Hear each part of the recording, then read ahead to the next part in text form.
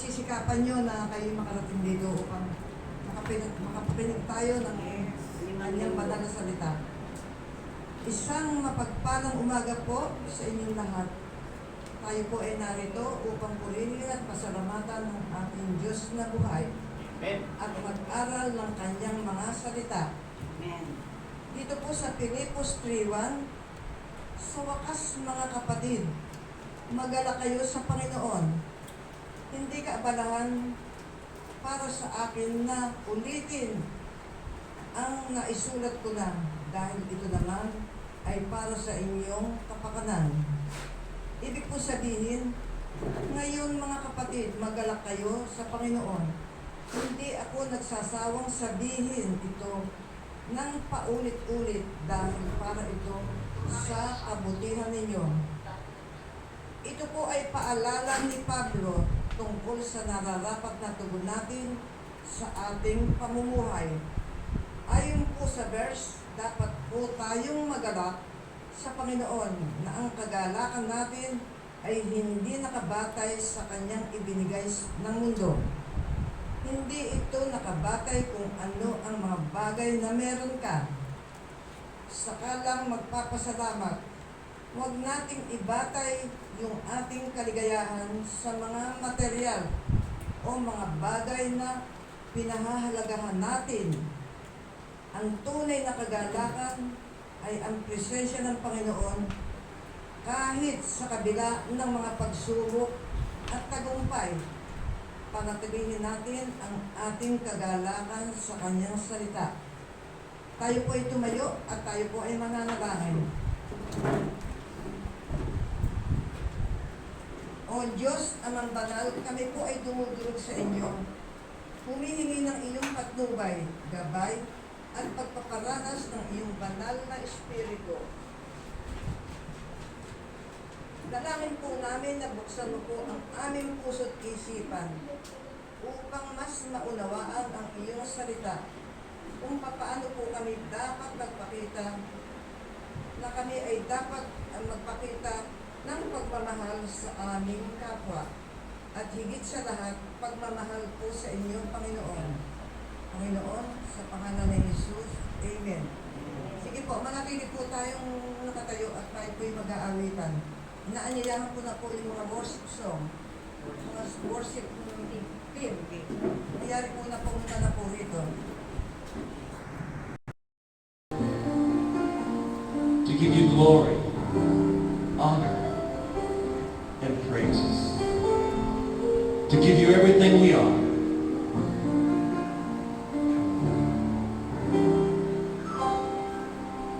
We're here to bless your name. Gathered as your family.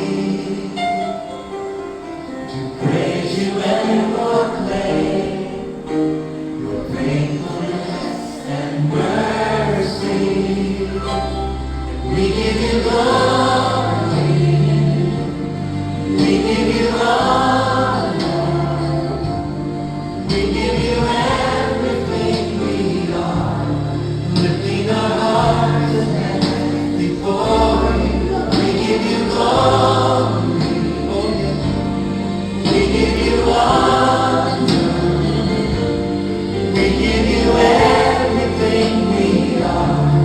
Lifting our hearts and hands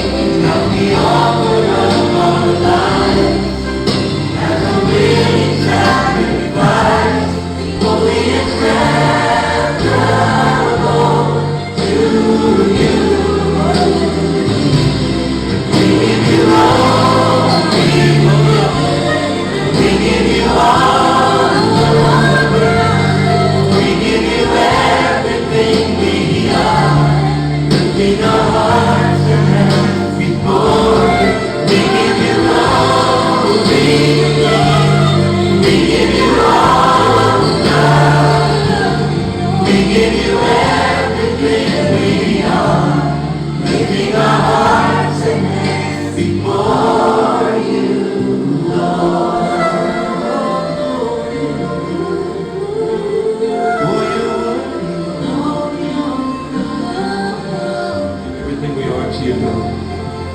Hallelujah. Thank you, Lord.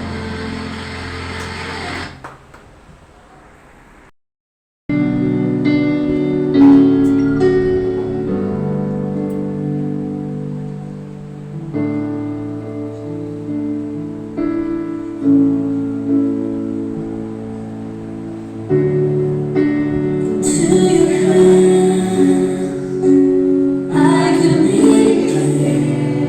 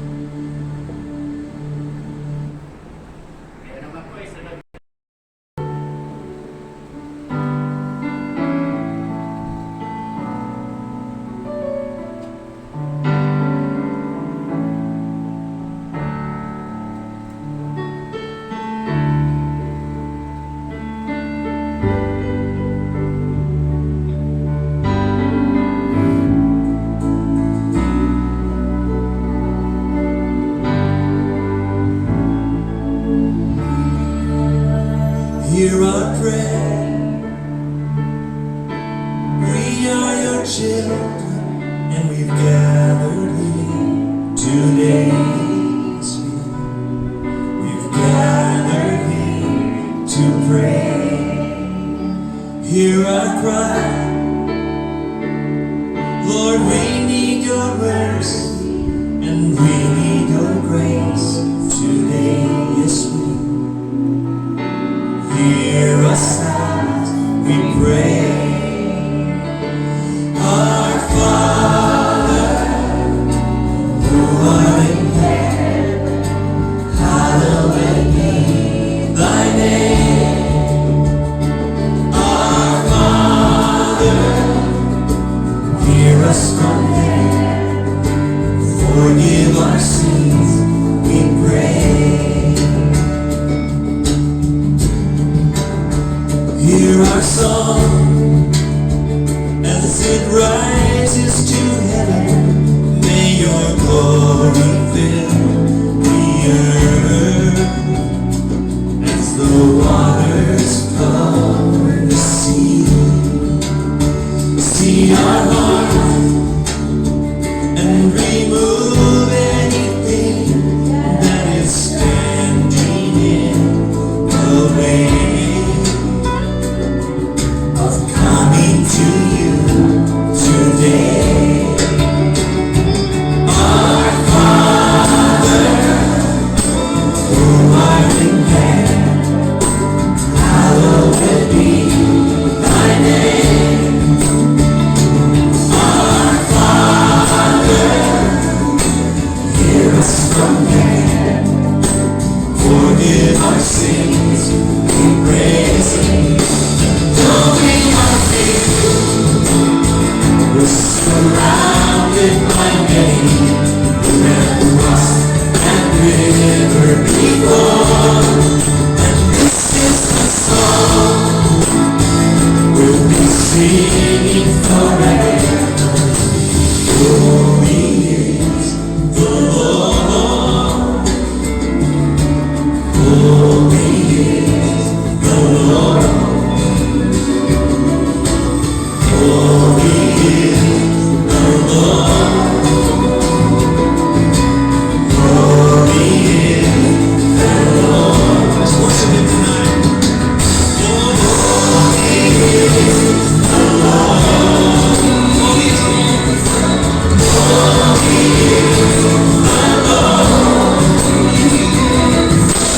Holy is the Lord. Holy is the Lord.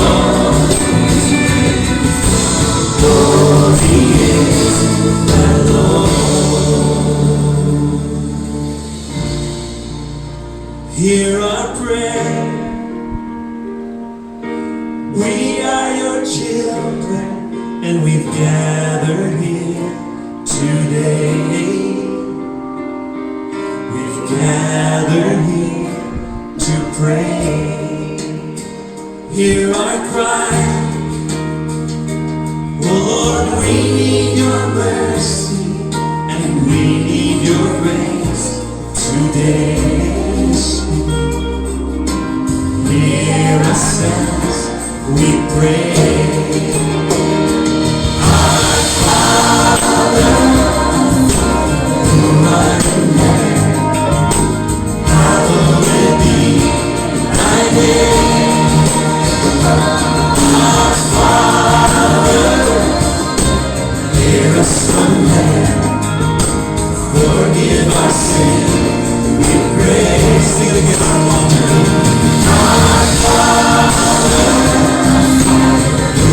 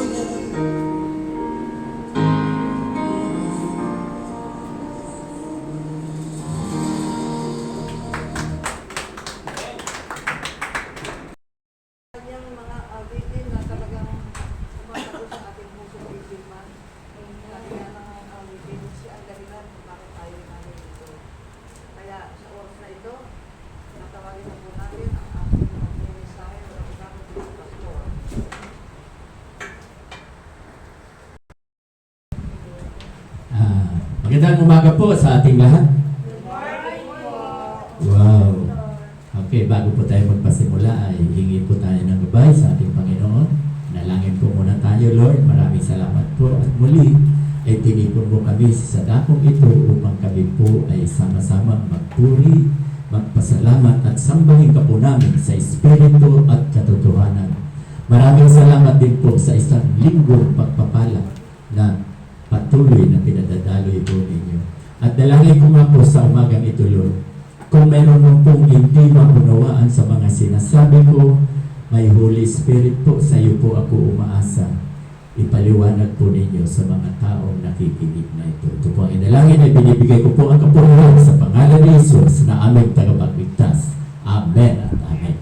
Okay, so, diba na sabi ko nga sa inyo, yung topic natin ay ganun pa rin, continuation, no? Continuation po. Siguro nagulat kayo, bakit kaya mayroong nagsasalita dyan? Bago po ako mag-message, gusto ko pong ipakilala yan na yun po ay mga ng pamangkin ko, kababayan niya. Kababayan din namin, kababata. No? Eh siya po ngayon ay nasa BBS na, nagulat ako. Siya po ay nakita ko nung umuwi ako sa Naga, yung mayroong Golden Wedding. So, mayroon siyang programa sa FM, no? Yung 91.9 tuwing Sabado alas 4. Akalain mo, dati rin po yan, mga babaero po rin yan, no? Si Marlon, alam nyo, ipinag-pray namin. Kuwan sila, 3 lalaki sila at babae na akin nga nagtrabaho sa Elks Club. Yung babae pamangkin ni Mrs. Umaawit sila doon. Dahil itong 3 gustong mag-abroad, mag-Japayuki. 3 lalaki. Okay, so mga habulin. Kasi ang gaganda ng boses. Ang gaganda ng kanta nila. So 3 po sila. Si John, si Marlon, at si Joey. Si Pastor Joey Piano. Ngayon po ay pastor na. Nagulat ako. Nung magkita-kita kami sa Naga. At nag-ensayo na kami na awitin namin yung Love is a many splendor thing. Dahil yung kasal na aking kapatid. No? So, kasama pa siya sa nag-rehearsal kami. Kaya lang actually hindi siya dumating. Busy daw siya. Kasi nagulat nga ako dahil ang ganda naman, ang boses niya, ang ganda. Kaya ginagamit na siya ni Lord ngayon. Kaya tinext ko siya, sabi ko, isama natin sa panalangin na si Marlo ay maging Kristiyano rin. Naghihinayang ako, nandito na sana, di ba? Lagi na siya umaawit para sa Panginoon. Kasi siya na lang ang nabibigay. Si Junior, ang sasakyan niya, Fortuner. Yan kaibigan kong iyan. So, pinagpapalak talaga pag ikaw ay umaawit sa Panginoon at lagi kang committed sa gawain ng Panginoon. Ang ganda, pakinggan po ninyo, china-challenge ko kayo tuwing Sabado sa DWLB ba yan?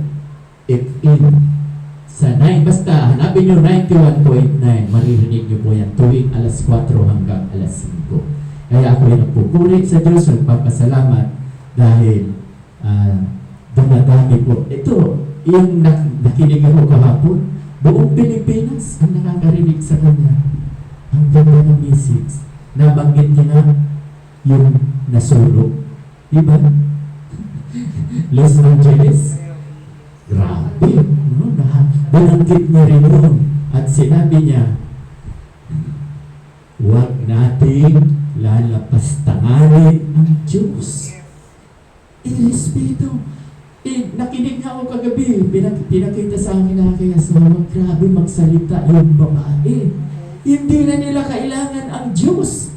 Dahil marangya na. Mga sikat, mga Nadamay pa si Harrison Ford. Yeah. Yung bahay niya nasunog. Hindi raw nila kailangan ang Diyos. Ano daw sila, godless country. Yes. Dahil, alam niyo, minsan itong kayamanan, no? Kapangyarihan, nakakasira din eh. Naging mayabang. Alam niyo ba, mababasa po natin sa Kawikaan, mayroong 7 bagay na galit ang Diyos. Una, number 1, yung palalo, mayabang. Yung naughty eyes. Yan, galit na galit ang Diyos sa 7. Una, yung mayabang. Pangalawa, mga sinungaling. Galit na galit ang Diyos sa mga sinungaling. Kaya, maganda po, ito, papakita ko po yung nagkita-kita kami. Ayan po. Nakikita niyo. Yung bayaw ko na nagbigay ng kotse, yung pinakauna. Si Marlon. Ako. Siya. Nag-ilagay kasal kami dyan, yung aawit namin sa kasal. Naawit naman talaga namin. So, tuwang-tuwa ako. Si Marlon na lang ang hindi mananampalataya. Ano po ba siya, Iglesia na Iglesia ni Cristo. Kaya lang, ang dami naming Bible study na pinuntahan sa Panamitan, kasama siya. Kahit nga dito, nasama pa namin kay Christy. Hindi pa rin. Dahil alam niyo, si Lord talaga ako po. Hindi ko siya kayang baguhin. Kahit trito niya ako, angel niya ako, wala akong karapatan. Hindi ko kaya yan. Madadali ang buhay ko kung ang trabaho ng Diyos gagawin ko. No, basta ang sa akin dito, share the Word of God. Yun lang ang akin. Take it or leave it.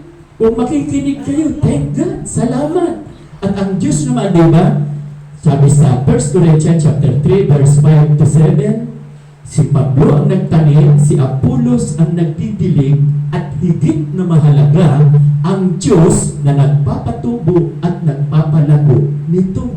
So, siya ang mahalaga, pero kami kailangan din. Kasi, pag wala kaming itinanim, pag wala kaming itinanim, walang palalaguin, walang patutubuin ang Diyos. Diba? Kaya, instrumento kami ni God. Kaya natutuwa ako dyan kay Joey na ang ganda magsalita, magpaliwan, nakakahamon, nakaka-challenge. No? So, itong nangyari sa Los Angeles, tingnan nyo ha, ayaw nila ng Diyos dahil kayang-kaya na nila. Grabe. Mayroon pang ipinakita, sabi ng anak ko, mayroong isang puno, napakalayo. Napakalayo sa sunog ng apoy. Pinakikita ng Diyos ang kanyang kapangyarihan. Ano pa? O diba? 2021, yung salot na dumating sa buong mundo. 2021, 2019. Kaya nga, COVID-19. Diba? Nung nangyari na maraming namamatay, milyon-milyon ang namamatay, saka sila lalapit sa Diyos. Saka sila luluhod sama-sama sa Brazil. Sa kalsada, nagluhuran sila. Diba? Nag-worship sila. So, ang gusto ko lang ipakita rito, kapag ang tao walang problema, marangyang ay nakakalimutan ang Diyos. Hindi ko nila lahat. Marami ding mayaman na talaga committed kay Lord. Marami din pong mayaman. Kaya lang, nakakalamang yung mayayaman na ayaw kilalanin. Kaya kita nyo, di ba? Ang sabi, gawin na lamang ang pag-ibig ng Diyos sa atin, sapagkat binigay niya ang kanyang buktong na anak upang ang sino mang sumampalataya, huwag mapahama, bagkus magkaroon ng buhay na walang hanggan. Wala kayong napapansin. Mahal na mahal tayo ng Diyos. Ang problema, hindi natin pinapansin ang Diyos. Thank God, salamat sa Diyos, nandito kayong lahat. Pinapansin nyo, okay yan. Alam nyo, noong Friday, pagkatapos namin mag-Bible study, may nag-invite sa akin yung gumawa ng aircon. Webis, pinagawa ko yung aircon. Sabi niya, pwede po may gawain dito. Pumunta po ako. No? Pagkatapos ng Bible study namin kila Ate Lenny, kinasama ko nga aking may bahay, hindi sumama, pagod na kagad. No? So, nakita ko, sila ay 4 years. 4 na taon na. No? Ang member may bata, 10. Matatanda, 12. 4 years. Kaya ako'y nagpupuri sa Diyos. No? Kasi tayo ngayon, marami, hindi lang yan. Mayroon pa tayong gawain mamayang hapon. At saka, kung hindi nga lang kumilos ang kaaway sa dagong ito, nasa 60 na tayo. So, nakita ko at sila, akapila kong umawi. Ako tuwang-tuwa kanina. Sabi ko, i-compare ko sa 4 years. Akapila, walang instrumento.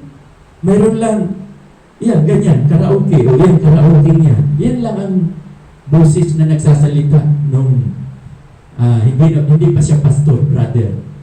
So, 4 years. Tayo, 2 years. Ano ang napansin ko doon? Siguro lang, dahil hindi pa naman ako, pero pupunta ako lagi. Tingin ko, wala silang planning in budgeting. Napakahalaga po ng plano. Kaya dito, 3 months pa lang, September 2022 hanggang November, humingi ako ng kay Lord ng planning and budgeting. Humingi ako ng 30,000, ibinigay 60,000.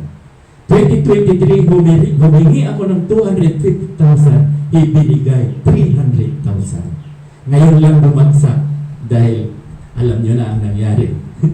Alam nyo na ang nangyari. Ang hinihingi nung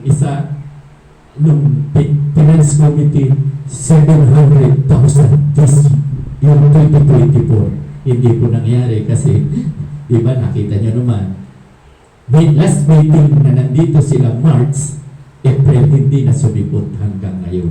Hindi na sila sumipot. No? Pero okay lang yun. Okay lang yun. At mayroon pang mga kasama na sabay-sabay umalis, kaya napiktuhan ang ating pinansyal. Saka doon, tinitignan ko, wala silang ganyan. Nandyan lahat ang nangyayari dito. Ang kasaysayan, nandyan lahat, simula umpisa hanggang ngayon. Lalong-lalo na ang finance. Kaya tingnan nyo ngayon, nag-post si Pastor Dan about giving. Halos lahat ng church, pinag-aawayan ang financial statement. Pinag-aawayan po. Kasi, God is a God of order. Dapat ang Diyos ay Diyos ng kaayusan. Dapat ang namumuno, katulad ko, may kaayusan. Lahat yan, transparent po ako, lahat. Lahat ng record nandyan, pati property natin, makikita ninyo dyan. Lalo na ang plano, lalo na yung pera pumapasok. Kitang-kita. O ano ang pag-aawayan natin dito sa pera? Buwan-buwan nakalagay dyan, month of January, ito yung pera na pumasok, ito yung pera na gastos. Ganon din. Lahat, wala kayong hanapin dahil alam ko na iyan ang pinag-aawayan. Kaya nga, di ba, uulitin ko lang, ipinagbabawal ko ang utangin ng pera niya dahil magkakagulo tayo. At pag, halimbawa, nabalitaan niyo, pinautang ko si Ate Lenny, halimbawa lang nga, pinautang ko siya, isasara ko na to, hindi na ako magpapatuloy. Alam niyo mo bakit hindi ko na magpapatuloy? Mga after 1 year lang, wala nang papasok. Kasi hindi pwedeng siya lang ang pautangin ko. May susunod, ba't mo pinautang si Ate Lenny? O sige, si Ate Lenny, bigyan din kita. Kapatid ko, dapat pautangin din kita. Hanggang dito na si Ate Ana, lahat na yan ang uutang. Hanggat maaga, isasara ko na. Kaya bawal na bawal po. Dahil ang gusto ko, si Lord, ginawa niya ako manager dito, pastor dito, papamahalaan ko kayo na huwag tayong mawasak. Dahil ang job mo, walang ginagawa kundi tayo ay wasakin. No? Diba? Itutuloy ko lang yung topic last Sunday. Diba? 2 minutes lang yung, ano ba yun? Do not worry. Okay, diba?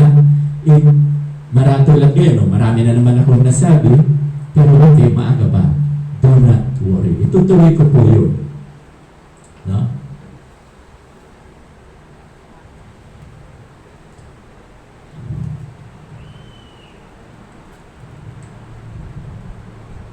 Ang sabi po, hindi ito, 32 na po ito. Doon sa, ito, sa 25. Ito, nabanggit ko na ito nung nakaraan linggo. Therefore, I tell you, do not worry about your life.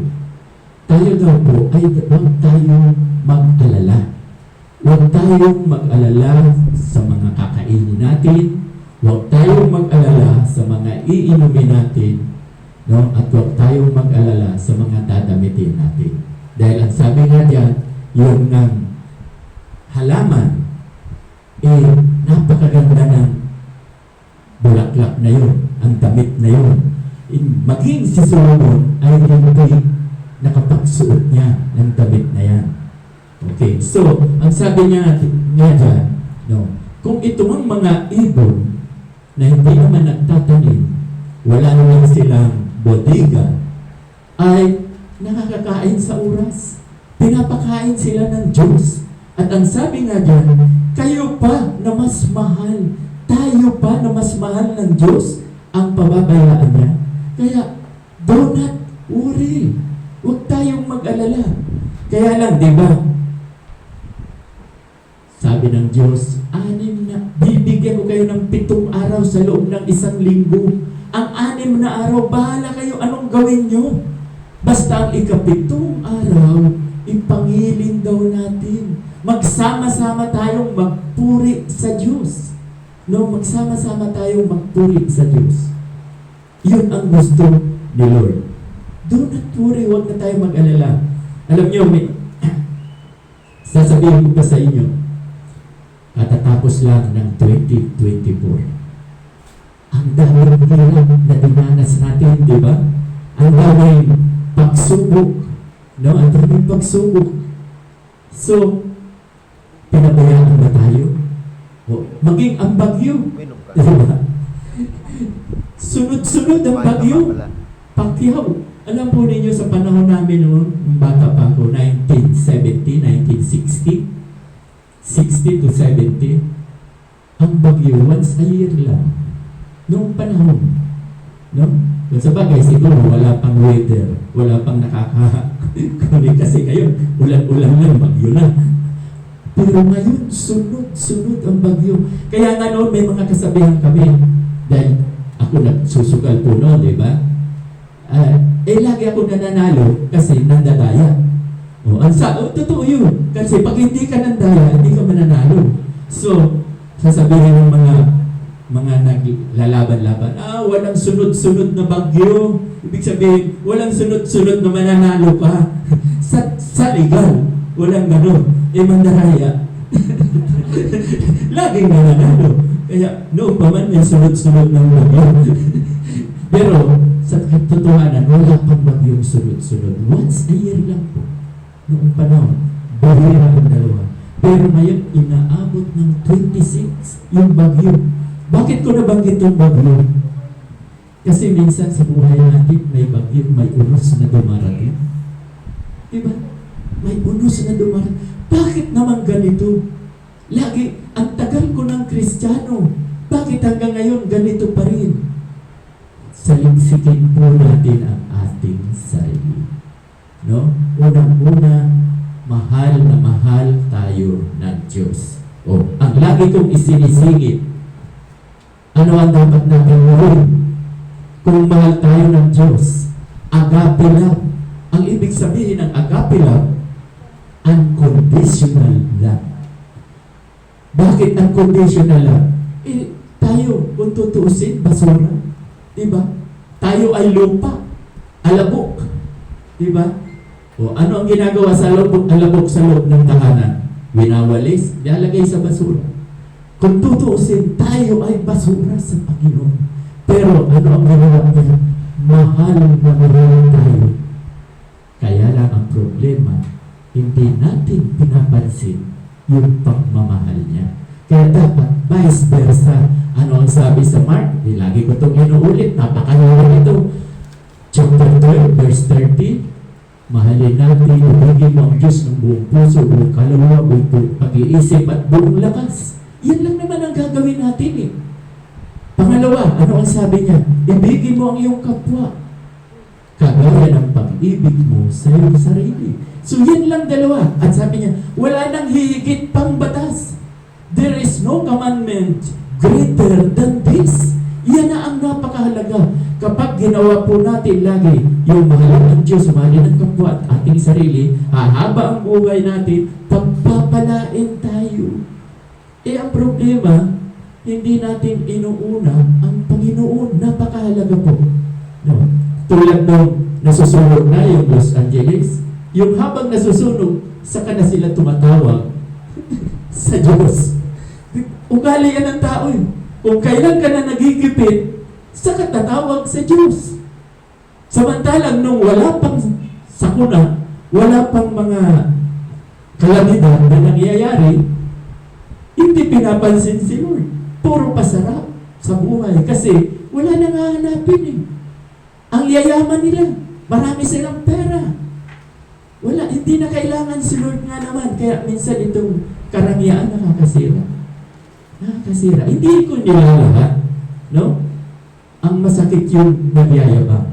So ito ang napakaganda. Ang sabi, do not worry about your life. What you will eat or drink. Or about your body.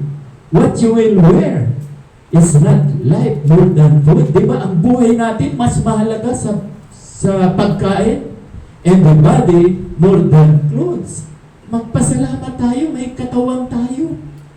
Walang sakit. No? Okay. Look at the birds of the air. They do not sow or reap. Hindi sila nagtatanim. Wala silang bodega. Pero sila ay pinapakain ng ating amang nasa langit. Are you not much more valuable than they? Di ba tayo ay mas mahalaga? Mas mahalaga po tayo sa Diyos. Kaya, bakit tayo laging nag-aalala? Sasabihin po, Pastor, hindi ako makasimba. Wala kaming makain. Mag-aaral buhay muna ako. Kulang pa ba yung 6 na araw? Kung natatandaan nyo, itinuro ko rito sa panahon ni Moses, nagpapaulan ng mana, nagpapaulan ng pugo, na ang sabi, kumuha lang kayo ng eksakto sa araw na ito ng inyong kakanin. At pagdating ng Sabado, doble ang ibibigay ko sa inyo para may makain kayo sa araw ng pamamahinga. O ano, di ba? Marami akong binabasa noon. Ugali na talaga ng tao. Nagtago ng mga pagkain. O, kinabukasan, ano ang sabi? Inuuod na, nangangamoy na, mabaho na. So, kung tayo ay nagpapagpagod na pagod pa sila, ang daming hinahakot, wala namang napapakinabangan. Kaya, ilagay lang po talaga natin sa tama. Sa ikapitong araw, unang-una, magpahinga. Dahil kung hindi tayo magpapahinga, tingnan nyo mga sasakyan, bakit may color coding? Pahinga. Dati walang color coding. Araw-araw yung tumatakbo, hindi magtatagal, sira. Nakuha nyo? Back down. Dahil araw-araw walang pahinga. Kung tayo rin na tao, araw-araw magtratrabaho, walang pahinga, wala ding blessing. Kasi di ba, inuod, nangangamoy, pag kumuha ka ng sobra-sobra. Ito ang problema sa Pilipinas eh. Ang problema sa Pilipinas, maraming hoarding. Maraming mayayaman na itinatago na ang dapat ang Diyos naglagay. Kaya nga yung kinanta natin Our Father, ang ganda nung kinanta natin Our Father. Lord in heaven, give us this day our daily bread. Araw-araw bibigyan po tayo. Binibigyan tayo ng pagkain. Ang problema itong mga hoarding, mga mapagsamantalang negosyante, walang ginawa, magpayaman ng magpayaman. Wala naman nilang madadalang wala naman silang madadalang kayamanan sa langit. Ni 5, wala kang madadala pag mamatay ka. Bakit dyan tayo nakatingin sa puro pera? No? Na yun naman, di ba? Na minsan nabinsay si Ate Ana, money is the root of all ever. Di ba? Iyan pa ang minsan ang nakakasira sa atin, yung pera. At saka, nawawala yung ating friendly pag marami kang pera. Hindi ka na ganong mapalakaibigan kasi pag mapalakaibigan ka, maraming uutang sa'yo. Mapalakaibigan ka. So, hindi na sila, lumalayo na kasi may pera na. Okay, so,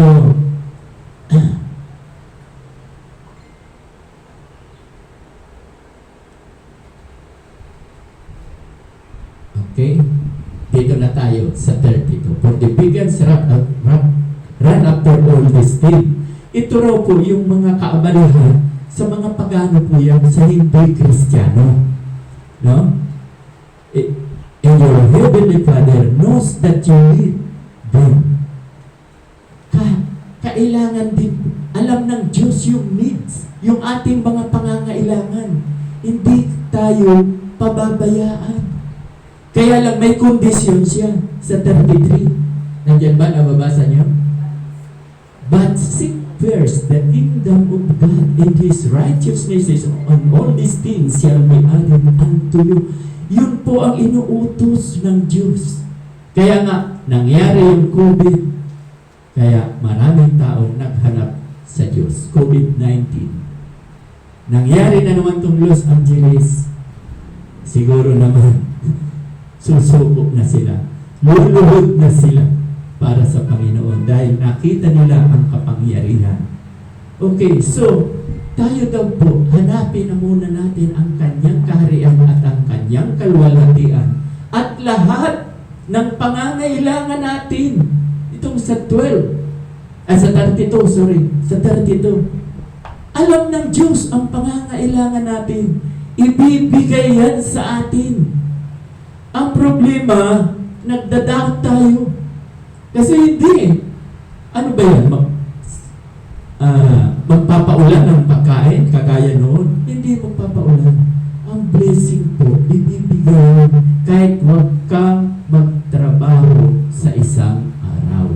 Sa araw ng pamamahinga. Ganun po. Kaya, ang sabi, seek ye first the kingdom of God and His righteousness, and all these things shall be added shall be given unto you. Wala ba tayong tiwala sa Diyos? Hindi ba yan totoo? Pero, hanapin natin ang kaharian. Hindi lang yan. Magsama tayo yung utos sa Matthew 28 verse 19. Kaya tumayo kayo, gawin yung alagad ko ang lahat ng bansa. Bautismo ninyo sila sa pangalan ng Ama, ng Anak at Espiritu Santo. Ganun po ang gagawin natin. Kasi wag naman tayong madamot. Wag tayong itayo-tayo lang dito para madamot tayo niyan. Maghila tayo, magdala tayo rito.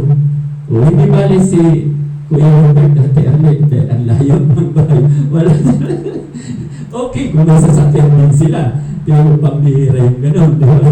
Nasasadyain pa rin ko. Kaya ako nagpapasalamat sa Diyos, thank God, na tinutulungan niyo ang gawain ni Lord sa dakong ito. Kasi ang napakalayo nila eh. Marami silang, kahit doon maraming church eh. Maraming churches doon. So, pwede na doon. Kaya lang, alam ko na si Lord ang nag-utos sa kanila na dito suportahan ang gawain. Kasi kung iiwanan pa tayo, ilan na lang tayo, maubos na. Kaya thank God. No, malaking, iyan ang suporta, iyan ang gusto ko sa mga tao rito na malapit lang. Na hanapin na muna natin ang kaharian ng Diyos. O anong problema? Don't worry. Ang Diyos ang magbibigay. Ang sabi sa 32, and your heavenly Father knows that you need them. Alam na natin. Kaya lang may kondisyon. But seek first His kingdom and His righteousness, and all these things will be given to you as well. Sa 34, napakaganda. Therefore, do not worry about tomorrow. Diba? Ano ang sabi? Do not worry about tomorrow, for tomorrow will worry about itself. Each day has enough trouble of its own. Minsan kasi, yung kinabukasan, inaalala, problemado tayo lagi. Paano na lang, pasukan na. Di ba? O, ngayon, magbabakasyon pa lang. Kailan ba bakasyon? Abril. Medyo relax ang mga magulang. Kasi wala nang baon, mga uniform. Pero, at sabi kanina, huwag kayong mag-alala sa damit, sa uniform. Huwag. Kasi, mas mahal ko kayo sa mga halaman. Mas mahal tayo kaysa mga ibon o mga hayop na nakakakain sa oras. So, do not worry. So, ito ang challenge sa atin sa 2025. Dapat gawin natin ito. Do not worry. No? Pero, bago po ang lahat, na-challenge po ako doon sa kaibigan ko, si Joey. Dahil nagme-message siya. But, sinasabayan ng awit. Kaya itong awiting ito, nakakuan din sa message natin.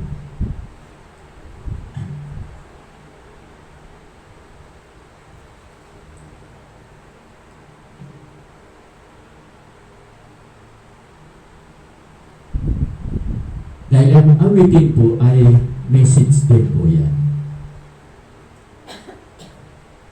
Message din po. Kaya nga po sa Love Month sa February, kinausap ko na si Ate Lisa, Ate Beth, na aawit sila ng dalawa-dalawa. Pagkatapos i-explain nila, kung makakausap ko pa si Ate Alili, aawit din siya ng dalawa, ako aawit din ng dalawa. Kaya ang message natin sa last Sunday of February ay pang-aawitan lamang po. Kasi ang isang awitin ay mensahe na po yan. At kinausap ka na rin sila habang inaawit mo pagkatapos mong awitin o bago mong awitin ay kasama sa mensahe. Oo. So, tulad nito, aawitin ko po yan.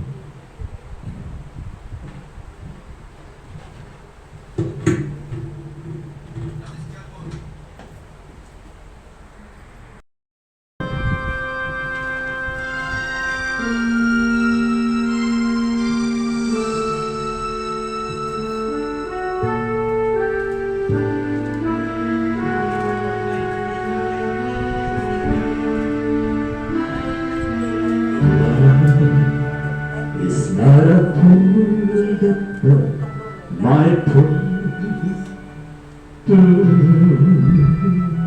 If you believe in yourself, if you believe there's someone who walks through life with you, you'll never be alone. Just learn to return and open your heart. Lift up your hands to God, and He'll show you the way. And He said, cast your burdens upon me, those who are heavy. Come to me, all of you who are tired. Oh, carry it alone. For the yoke I will give you is easy, and my burden is light. Come to me, and I will give you rest. When you feel the world is tumbling down on you, and you have no one that you can hold on to, just praise the rising sun, and you'll see hope. And there's no need to run. Lift up your hands to God, and He'll make you feel alright. And he said, cast your burdens upon me, those who are heavily laden. Come to me, all of you who are tired of carrying heavy loads. For the yoke I will give you is easy, and my burden is light. Come to me, and I will give you rest. And he said, cast your burdens upon me, those who are heavily laden. Come to me, all of you who are tired of carrying heavy loads. For the yoke I will give you is easy, and my burden is light. Come to me, and I will give you rest. Diba? Tayo ay lumapit sa Kanya. Yan lamang to ang solusyon. At ang lahat ng problema natin, ibigay natin sa Kanya.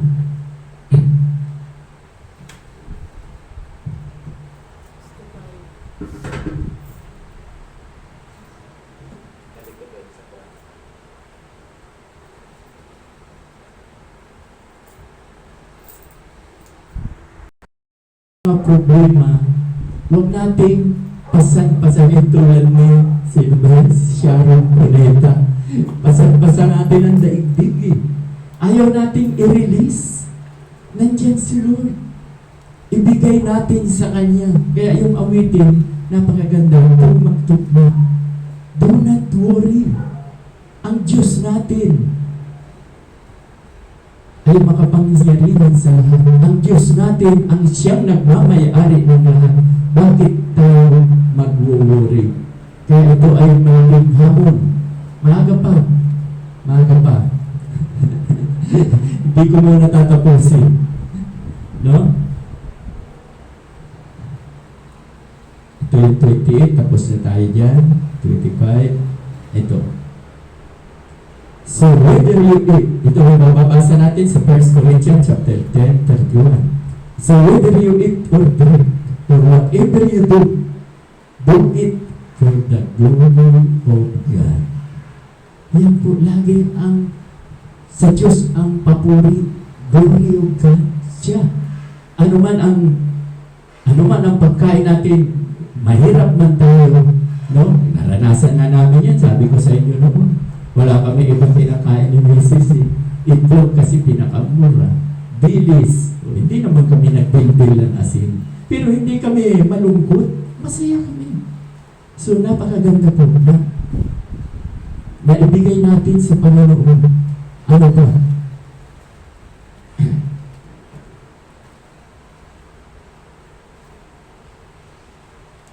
Sa Matthew 5:13-16, ano sabi ni Diyos? Neither to people, ayan, a line of love pa. Tayo po ay hinahalin tulad ng Diyos sa isang ilaw. Tayo po ay maliliit na ilaw. Tayo ay dapat nagliliwanag. So, pag nagliliwanag tayo, nakikita yung ilaw. At ang ilawan na, huwag po natin ilagay doon, itago sa ilaw ng pugon. Ang dapat, ang ilaw, nakikita. Kasi, di ba, ang china-challenge ko, di ba, bumayo tayo. Kung nakikita tayo ng mga taga-sanlibutan, nung hindi pa nakakakilala, na nagliliwanag tayo, subukan nyo na lagi kang nakasamangot. Nagliliwanag ba yun? Lagi kang nakasamangot, parang ayaw mong lapitan, ayaw mong may makausap. Nakikita ba ang liwanag ko?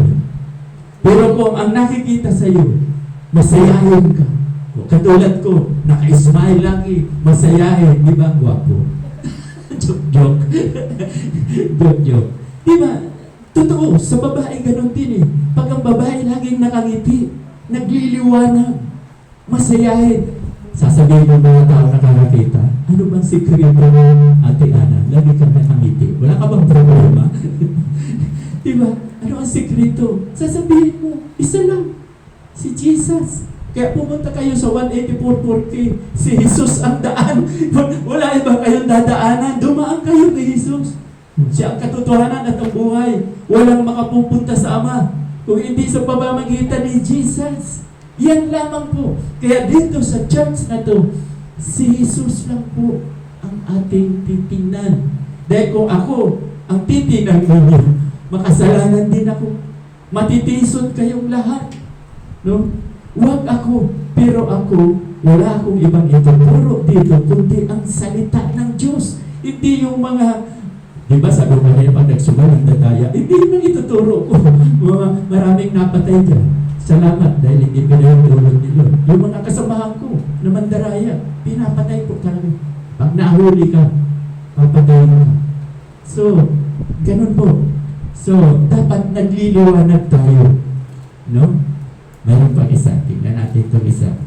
You are the salt of the earth. But if the salt loses the saltness, pag nawala ang alak, wala na itong kwenta, yung alat. No, kaya napakahalaga na tayo ay asin. Di ba? Asin ng sanlibutan. Dapat nakikita yan ng paligid. Dahil pag ito nawala na daw ng alat, wala nang halaga, itatapon na ito.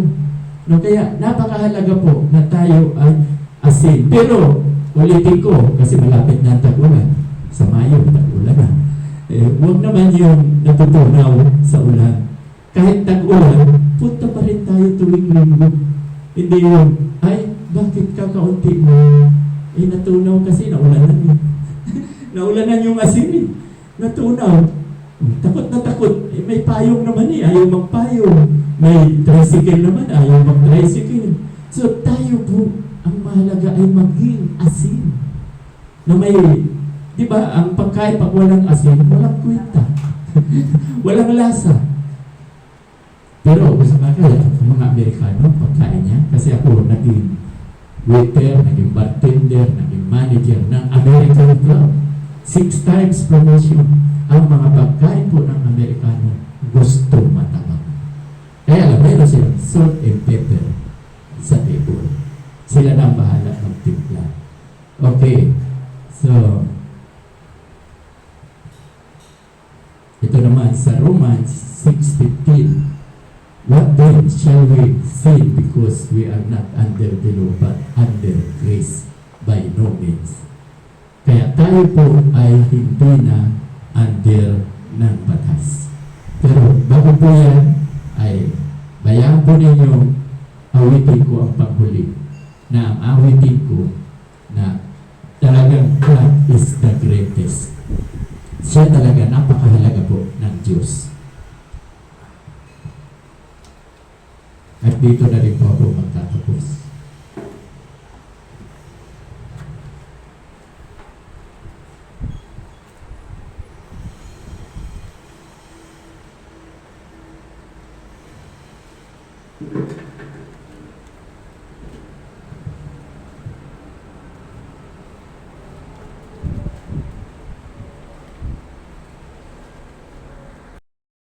Po sa ating lahat.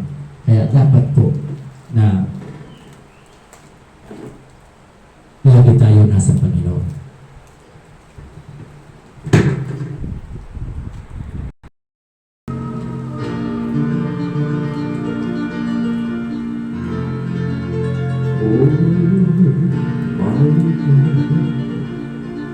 When I hold someone consider the words that have made. I see the stars. I hear the rolling thunder. Thy patrol, the universe display. When Christ shall come, we shall proclaim to take me home. What joy shall fill my heart? Then I shall love in humble adoration and proclaim, my God, how great thou art. Then sings my soul, my Savior God to me. How great thou art, how great thou art. Then sings my soul, my Savior God to me. How great thou art, how great thou art. Purihin ka, Panginoon. Siya talaga, the greatest. Yung salita ng Diyos, tunay po na, totoo po lahat at may kasama pa nga pong awitin na talagang tunay na pinapaalala sa atin yung pag-ibig ng Diyos sa bawat isa sa atin. At ngayon na po, ay tinatawagan ko na po ang magdadala ng basket, walang iba kundi si Angeli at iba pa po na, ano pa po ba yung susunod? Pastor? Awit po. Awit ko din. Si Bet. O sige, aawit si Sister Beth. Naanyayahan ko po ito sa pulpito.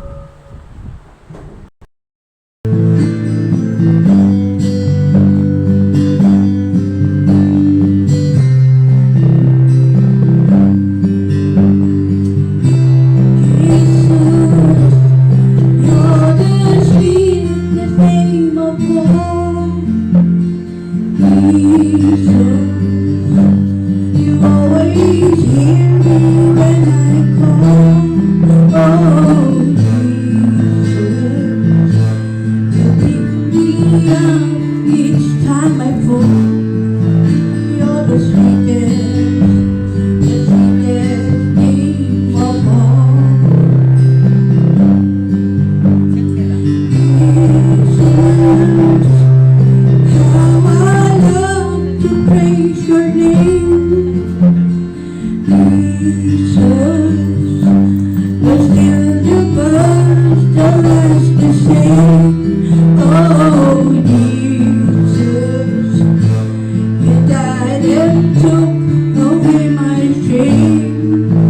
You're the sweetest name of all. Jesus, you're the soon and coming King. Jesus, you need the love that you can bring. Oh, Jesus, we lift our voices up and sing. You're the sweetest name of all. Jesus, you're the sweetest name of all. Jesus,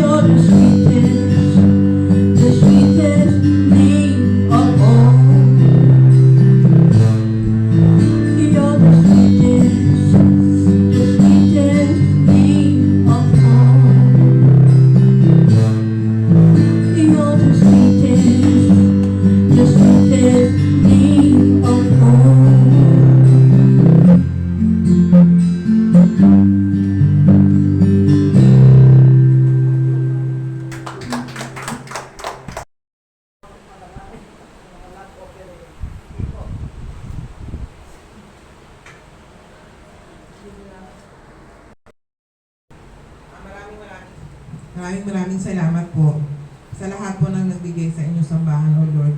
Ito po ay binabalik po namin sa inyo ng buong buo sa aming puso at isipan, O Lord. Ito ay para sa inyo, bagamat hindi niyo po kailangan ito. Aming pananalapi.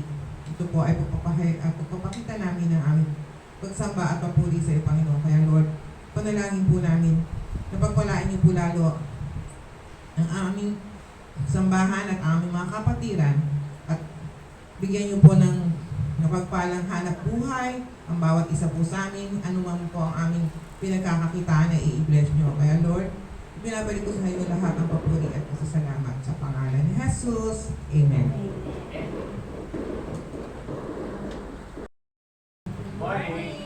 Ang ganda ng ating topic. Ano nga yung topic natin? Don't worry. Don't worry, because God is with us.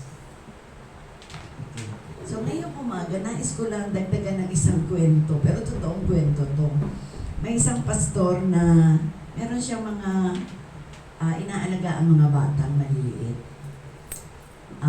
Almusal na, breakfast time, wala pa silang pagkain. Tapos sabi ng mga bata, Pastor, magbe-breakfast po ba tayo? Sabi niya, umantay lang kayo. Wala pa silang nilulutong pagkain dahil wala na. No? Wala nang provision. Sabi ng pastor, mananalangin tayo. Pero nag-set na sila ng table nila.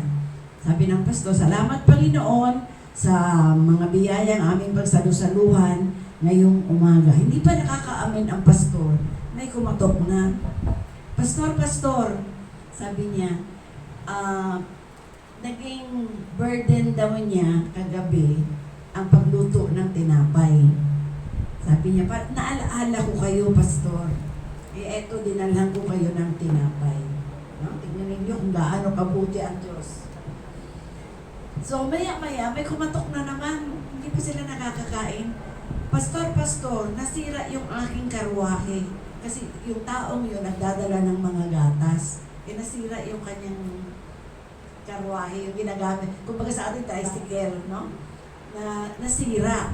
Kaya sabi niya, kaysa masira tong mga gatas na to, ibibigay ko na lang sa inyo para may mainom ang mga bata. God's timing is really on time. He is never late, He is never too early, but He is on time. Kaya trust God. Na? Hindi mag-alala. Iisipin natin, wala na akong bigas. Taas sa Panginoon. Panginoon, wala na po kaming bigas. Ha? So, huwag natin pagdudahan ang kapangyarihan ng Panginoon. Because God is God of love, mercy. Nasa Kanya na ang lahat.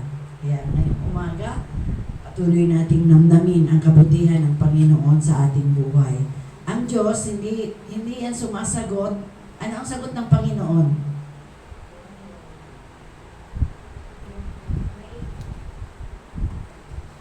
Wait ka agad? Yes, wait. Yes. No. Wait. So, yun ang tatlong. Kapag tayo nananalangin, ang sagot ng Diyos, either yes, dahil tama na ibigay sa inyo. No, dahil hindi pa tamang ibigay sa iyo. Baka meron pang higit doon sa hinihingi mo. And wait, dahil antay muna, hindi mo pa kaya. Na? So, tandaan natin yung tayo. Ang tagal-tagal ko nang ipinapanalangin sa Panginoon. Ay, hindi pa rin sumasagot si Pastor na 16 years kong ipinanalangin niya. No, hindi ako napagod, kaluluhod sa Panginoon. No? So, there is always a right time for everything. At ngayong umaga sa ating pong pagpapatuloy, sa mga pagbabalita, ang ating pong regular na Bible study ay nagpapatuloy tuwing Biyernes sa tahanan ni na Ate Lenny Caldeon. Last Friday, marami kami. Salamat sa Panginoon sa mga dumalo. Nawa ay napagpala kayo sa ating aralin. At continuous po yun. At verse 30 na po tayo. Sa Tuesday, kung sino man yung gustong dumalo po. Pero nung Tuesday, nag-antay ako. Nag-make up na ako. Walang dumating. Kasi yung palang aking mga inaasahan, hindi pa pala nalilibin yung patay nila.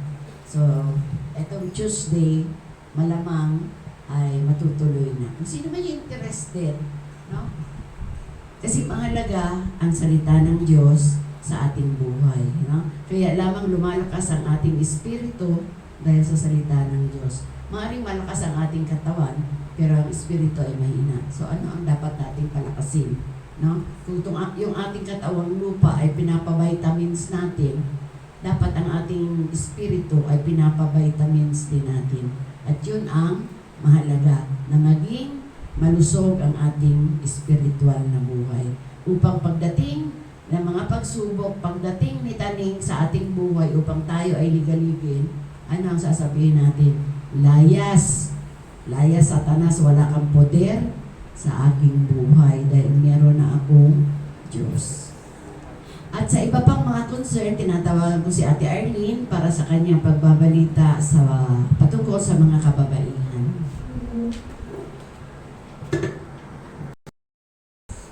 Sunday po, nag-meeting tayo. Diba, kumain pa po nga tayo. Kaya lang po, yung iba hindi nakapanganig ng meeting. Isa po ako sa itinalaga ni Pastor para po maging leader ng kababaihan. Hindi naman po common leader ako eh. Ako lang talaga ang masusunod. So, nagkaroon po kami ng parang programa. Isabihin, maging program natin mga kababaihan na unang-una nga po natin sinabit tayo ay magtulungang kababaihan dito sa ating, para sa ating church. Ngayon, ang pagkasundoan po namin na bawat linggo ay mag-ipon po tayo ng kung magkano gusto nyo ibigay para po kung makaipon tayo, magkaroon tayo ng project para sa church. Magbigay kayo linggo-linggo ng 10 basta kung ano yung bukal sa loob nyo. Tapos yun po ay lilista natin, iipunin natin. Pag naipon po natin yun, pag-uusapan natin kung ano yung, saan natin dadalhin yung pera nyo. Ang importante po, makaipon muna tayo kasi mahirap yung plano nga natin yung ganon, hindi naman pala abot. So tatapatan natin po o kaya dadagdagan pa natin para makuha natin yung pinapangarap natin para sa ating sambahan o anuman yung magiging alalabasan. Kaya inihingi ko po, po sa inyo pagkakaisa ng mga kababaihan. Yun lang po. Salamat. Yan, sa pamumuno ni Kuya Robert, ang gagawin lang namin, kasama si Tob, lahat ng kalalakihan o nandito si Doug, si Pastor Dan, walang koleksyon. Ihuhulog lamang po natin dyan kung may 10 piso tayo, 5 piso o piso, ihuhulog po natin dyan. So, ang ibig sabihin, ang barya na wala sa Supreme Pula ay para sa mga kalalakihan. Kaya, bilang nangunguna, mag-uumpisa na po akong maghulog. Yung bariyang, saan yung, dapat po doon sa basket kasi wala sa sobre, then ibibigay dyan. O dito na, kasi ibig sabihin, pag wala sa sobrang pula sa amin, Direkta na po dyan. direkta na sa amin. Kaya ihuhulog na lang namin ito, lahat ng kalalakihan. Okay. So yung barya dyan na makukuha, iipunin namin. Sa kanila yun. Oo, sa kanila yun. Yung nasa sobre, Sa sobre, sa para bin. sa bill. Okay, so ninaanyayaan mo pong tumayo ang kapulungan. Tayo po ay manalangin. Lord, maraming salamat po sa umaga ito. Kami po ay talagang pinapayuhan niyo na unahin ka po namin at huwag kami mag-alala sa anumang mga bagay na kinakailangan namin. Kaya nga po Lord, sabi mo sa 6:33 ng Matthew, seek ye first the kingdom of God and His righteousness, and all these things shall be added unto you. Kaya yan po ang aming inaasahan, Panginoon. Hindi kami pababayaan. Kaya ito po aking dalangin ay binibigay ko po ang kapurihan sa pangalan ni Jesus. Lord, nihingi ko rin po ang iyong pasbas sa umagang ito. Ang masaganang awa ng Diyos Ama at ang walang sawang pag-ibig ng Diyos Anak at ang kaaliwan ng Diwang Banal ang sumaaminowa mula ngayon at magpakailan-kailan pa man.